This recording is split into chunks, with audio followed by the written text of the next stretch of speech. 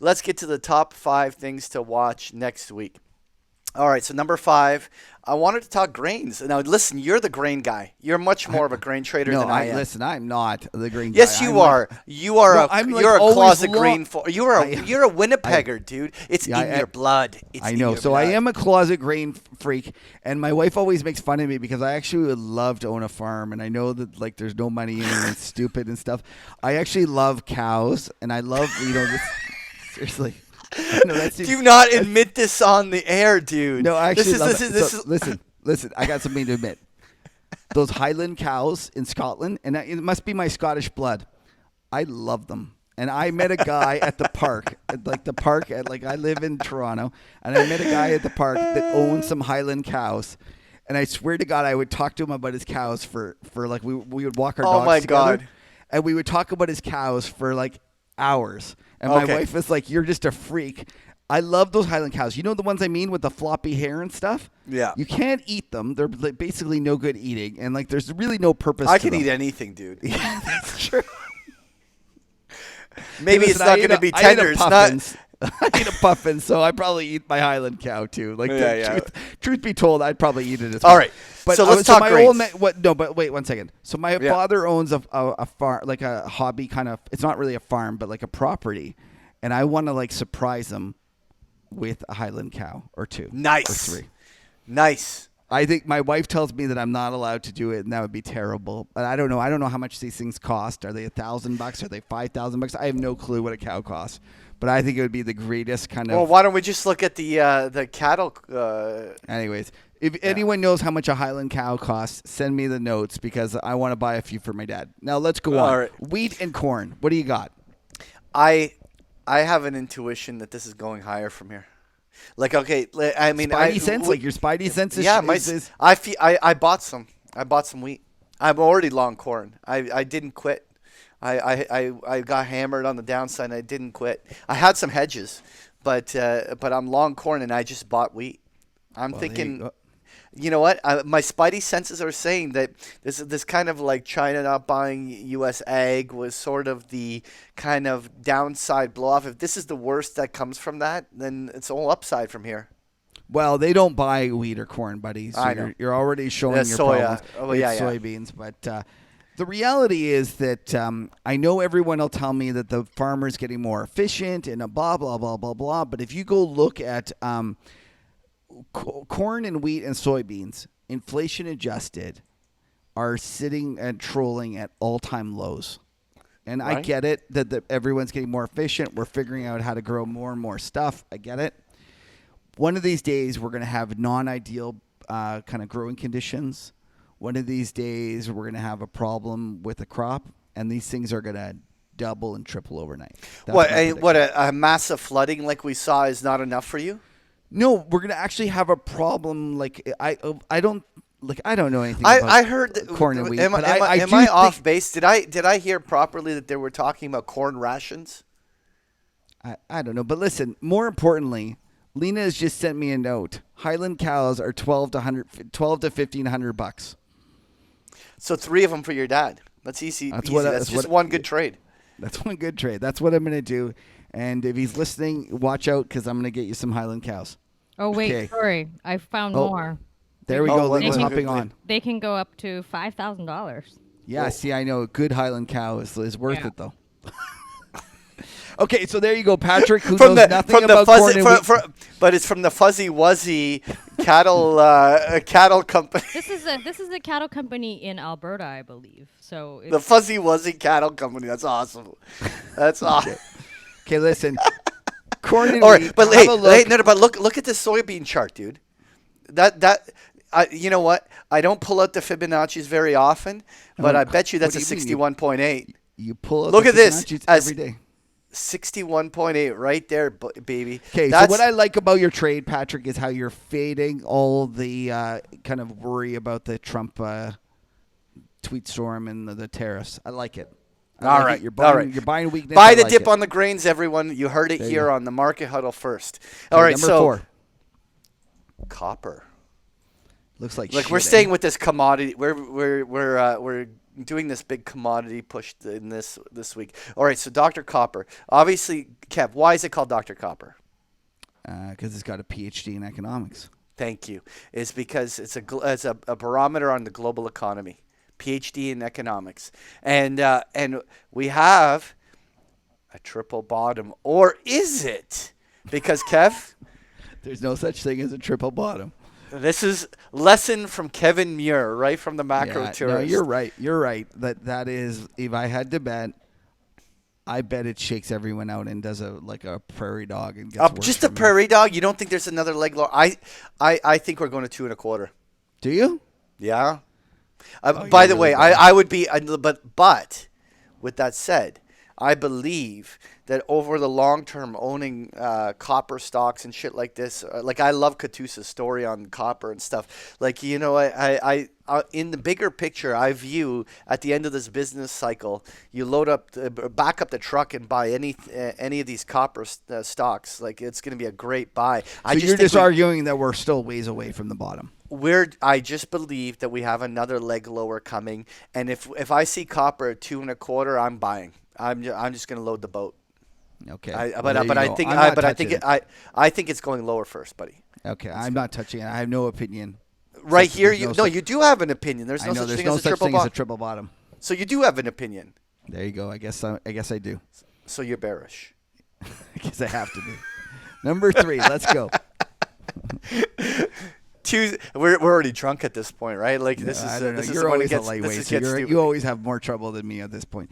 Oh Okay, my God! All right. So number 2 is number 3. Sorry, is the 210s. Is it invert? I think this is a really good question. Like First of all, it was ugly on Trump's tweet. It got really ugly. And you were saying that like when we were talking, you thought that was just a blow off, and it just keeps going, dude. Yeah, it's not looking good. I agree. Like, listen, it's first of all, this thing carries positively. So like you have to remember that you're looking at this as price, but if you're holding it, it's not as bad as it looks. Yeah. Next thing you have to realize is that, do you really think if this thing inverts that the Fed, and we just had Barton telling us how the Fed has to cut rates because of the problems with the foreign whatever it is account that he's talking about. The reality I believe the steepener is the trade of the next 2 years. The question is where's the start? You know what worries me about the fact that my steepener trade, Patrick? I'll tell you that my biggest concern is that everyone agrees with me. Oh yeah, you hate that. You hate that. I do. I'd rather have people. But the problem with that is that this isn't the opinion on a commodity or on a stock. Like the thing is that most people have no clue what they're talking about when they're talking yield curves. They just spew shit from that they hear, right? As opposed to us, like that we're we know exactly what we're talking about, right? Like we do like Barton style heavy analysis, right? Yeah. Like Anyways, I just think that people's opinions I don't think are as important in this trade as you think they are. But sorry, go on, make your point. Well, I'm going to ask you, do you think it inverts? I think so. But You do. with that said, I think that the steepener is the big money. Like, look, I think on the short term, we're approaching these lows. I mean, we're only 10 basis points away. It could still invert, but the asymmetry is still trading the steepener. That's where the real money is. So do you think that it inverts? Let's just imagine this thing all of a sudden spikes 20 basis points lower, and we're trading minus 10. Do you think the Fed panics at that point? I don't think it's a panic. I do. You think they panic? Like, okay, Yeah. then why are they not panicking the fact that this 3 month against the 10-year is already been inverted? We're like a freaking minus 25. We were at minus 40 basis points in this one, but they're not panicking now. Why is the 2 year so important? I think they're close to panicking.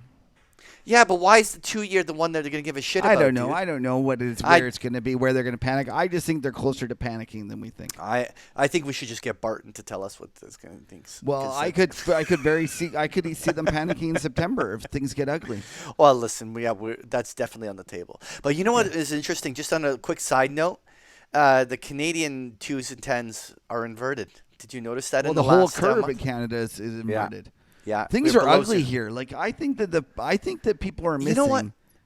the But fact that Canada's like not doing as well as we think it is. And Patrick, I got to tell you something. You know what I took a little off of today? Please tell me. Australia CAD. I took a little bit off. What? Oh, you're that bearish on the CAD. I'm nervous. I'm nervous my for the God. first time. So just go long the dollar. You know what? I feel like it's been a good trade, and I should just ring some register All while right. it's there. Dude, Anyways. by the way, Yeah. that was a good call. That was a good Yeah, call. even the blind know squirrel what? finds an acorn every now and then. Oh, Number absolutely. 2, what do we got? Emerging markets. Emerging markets. Yeah, I mean, Submerging listen, markets. Submerging markets. There was that one tweet by Raoul Paul that's kind of he kind of, I think he drew this trend line right here. I think it was just like along these bottoms, but I mean, like any technician could draw a little connecting bottom line. But the bottom line is that it got slammed in the last week and a half, right? 2 weeks. Like that was a pretty heavy break to lower lows. But what's interesting to me, like one of my major narratives with my members have been essentially that emerging market materially underperforms developed markets, right? Like I felt that was a really strong theme. The fact that we are basically at multi-year, very close to multi-year lows this quickly. I mean, the S&P has had a correction, but it's nowhere near December lows, and it's nowhere near multi-year lows. And the emerging markets are ready to go.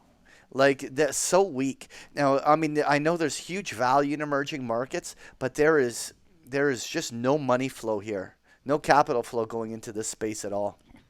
I know, and that's one of the reasons that I get nervous about the U.S. stock market. I just don't know how long that can continue. I feel You think that this spills into U.S. equity? If you said to me, like, the emerging market versus S&P trade, do you want to, buy that or sell that? I would very definitely choose long emerging markets, short S&P. And I know that it goes against the Brent Johnson view. My head's exploding. What? I know. I know you guys feel that way, but I just don't know how long this can continue. Okay, well, the only thing you've got going for you is the S&P is starting from a much higher base. Right, Listen, like you just can't keep attracting that much money and not. Anyways, it doesn't matter. Everyone knows the arguments. Let's not worry about it. Let's go to number one. Stop for a second. Do you really believe that it and then let's just maybe we'll do a Duke and Duke here, but you honestly think that by year's end, from this moment, that the S&P can that the emerging markets will outperform the S&P and the S&P I don't know will about plunge. 1 year. I don't know about 6 months. You're giving me less than 6 months. You're giving me 4 months, like almost a quarter. But if you gave me 2 years and you said you can be long emerging markets or you can be long S&P, it's not even close for me. Okay, and you know what? I won't take the other side of that because the reason I think that once shit finishes hitting the fan, the emerging markets are immense value. Like there's going to be a point where you want to buy emerging markets. It's just right now it looks like shit. Yeah, I mean okay, so if you're going 2 years out, then I can't take the other side of that deal. I would take it for 4 months. I'm not going to do that. I've learned my lesson of like doing that. I'll probably lose the Number bet by one, this Kev. weekend.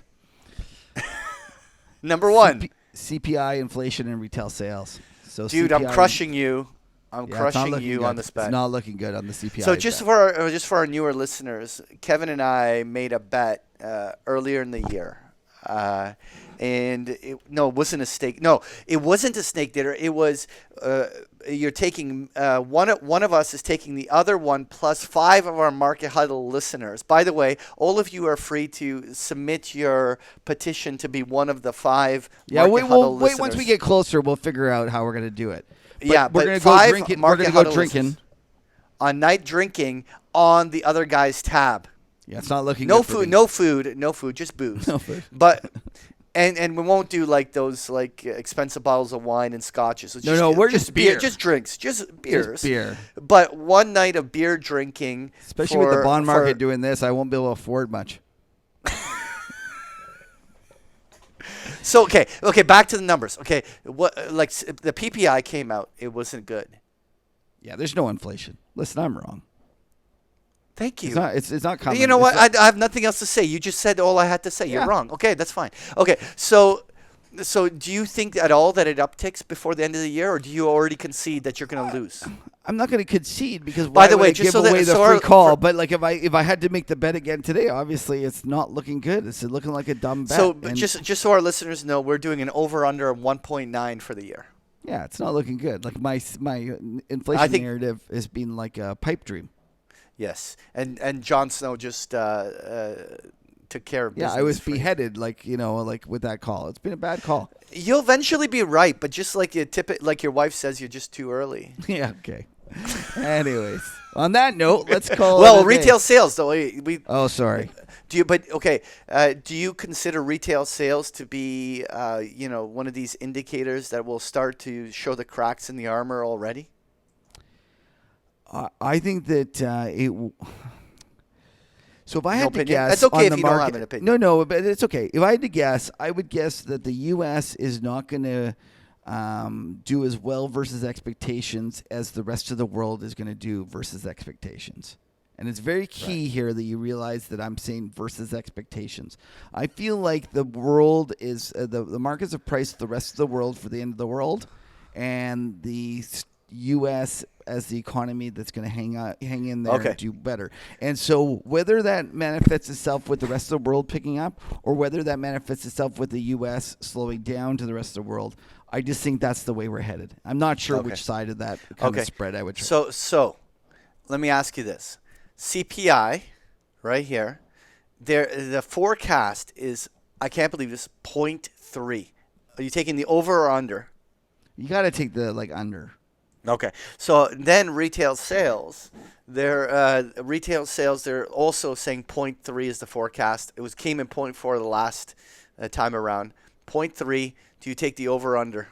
I got to take the under. I actually think that there's been a lot of damage with Trump's tweets and all this uncertainty, and people aren't going to spend. All right. The problem is both me and you agree, which is dangerous. It's dangerous. Yeah. No, you're probably correct. Sorry for all of our listeners. Yeah, when the U.S. economy just takes off, then explodes from here, you're going to know.